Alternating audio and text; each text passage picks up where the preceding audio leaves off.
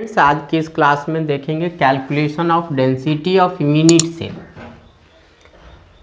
इससे काफ़ी न्यूमेरिकल पूछा जाता है एग्जामिनेशन में खास करके जितने भी न्यूमेरिकल्स हैं सॉलिड स्टेट के अंतर्गत इसी से रिलेटेड जनरली आते हैं।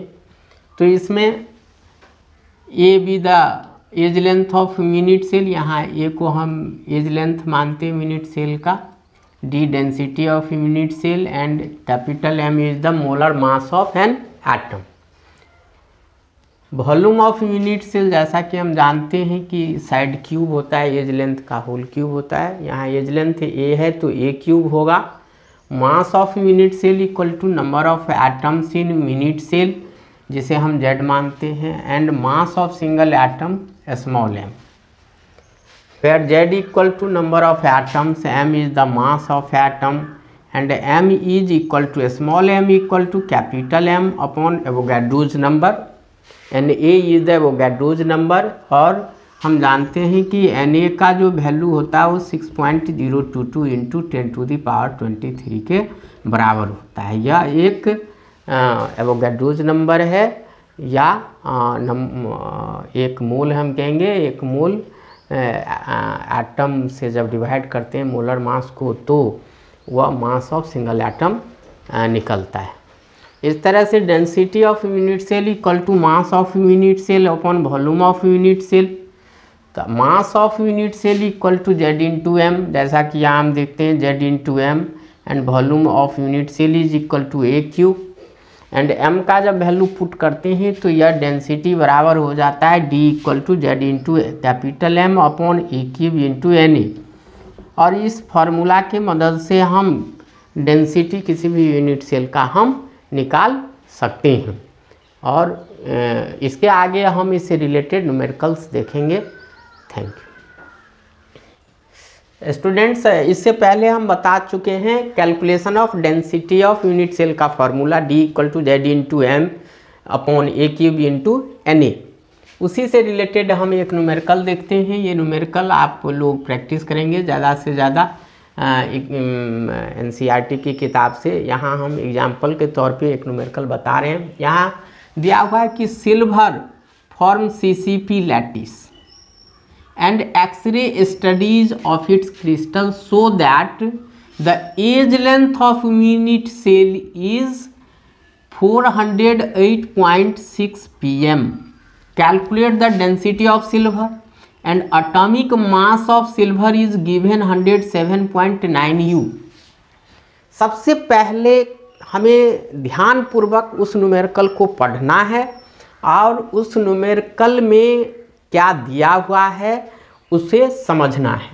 जैसे हमें डेंसिटी निकालने के लिए किस किस की ज़रूरत है वह पहले हम यहाँ पर लिख लेते हैं। जब हम इसको सॉल्व करेंगे तो सबसे पहले क्या दिया हुआ है न्यूमेरिकल में उसको हम यहाँ पर लिख लेंगे। और उसके बाद फार्मूला में जब हम उसे पुट कर देंगे, जो डाटा हमें चाहिए फार्मूला में जब पुट कर देंगे और उसका कैलकुलेशन कर लेंगे, उसे सिंप्लीफाई कर लेंगे तो हमें उसका आंसर निकल करके आ जाएगा। तो यहाँ पे हम जब न्यूमेरिकल को देखते हैं तो एज लेंथ दिया हुआ है A equal to 408.6 pm। pm का मतलब है picometre. pm equal to picometre and 1 pm यानी 1 पिकोमीटर 10⁻⁻12 मीटर यानी कि 10⁻⁻10 सेंटीमीटर के बराबर होता है।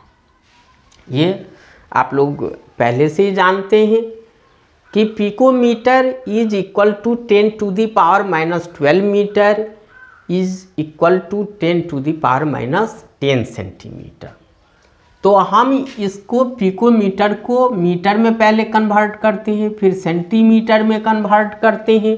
और वॉल्यूम ऑफ यूनिट सेल हम जानते हैं कि ए क्यूब के बराबर होता है।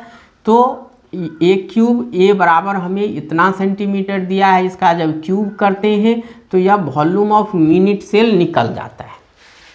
और CCP स्ट्रक्चर में number of atoms equal to 4 होता है। ये हम पहले से ही जानते हैं कि FCC स्ट्रक्चर में नंबर ऑफ एटम्स 4 होते हैं। जो CCP भी है बॉडी सेंटर्ड में 2 होते हैं, सिंपल क्यूबिक में 1 होते हैं।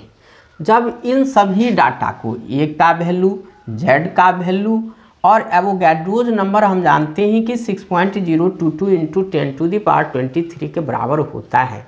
जब इस सभी डाटा को हम डेंसिटी ऑफ यूनिट सेल के फॉर्मूला में पुट करते हैं और सिंप्लीफाई करते हैं तो यह हमें 10.5 ग्राम पर सेंटीमीटर क्यूब के बराबर होता है। इस तरह से हम किसी भी न्यूमेरिकल को सॉल्व करने से पहले उसको केयरफुली पढ़ते हैं और उसमें जो गिवन डाटा है उसको लिख लेते हैं और फिर उसे फॉर्मूला में जब पुट करते हैं तो हमें उसका आंसर निकल जाता है। इस तरह से हम न्यूमेरिकल को सॉल्व कर लेते हैं। Start. An element has a body centred cubic structure with a cell edge of 288 pm।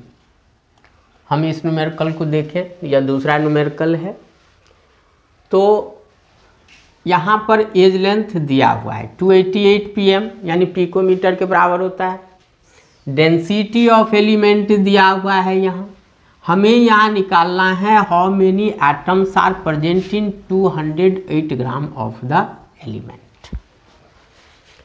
तो पहले बताएं कि पहले न्यूमेरिकल में हमें डाटा को लिख लेना है। तो डाटा यहाँ दिया है A is equal to 288 pm तो और pm बराबर 1 pm बताए हैं कि यह 10⁻⁻12 मीटर इक्वल टू 10⁻⁻10 सेंटीमीटर के बराबर होता है।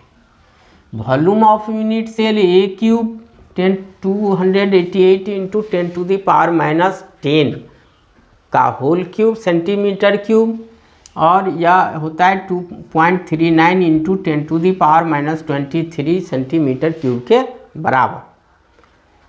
और volume of unit volume of 208 gram of the element तो mass upon density mass is 208 gram ये दिया हुआ है न्यूमेरिकल में और density is also given it is equal to 7.2 और जब हम कैलकुलेट करते हैं 28.88 सेंटीमीटर क्यूब के बराबर होता है।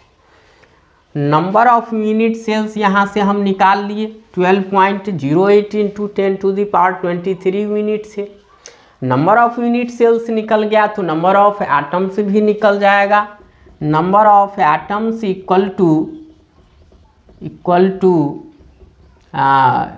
12.08 into 10⁻23 into 2 equal to 24.16 into 10⁻23 atoms.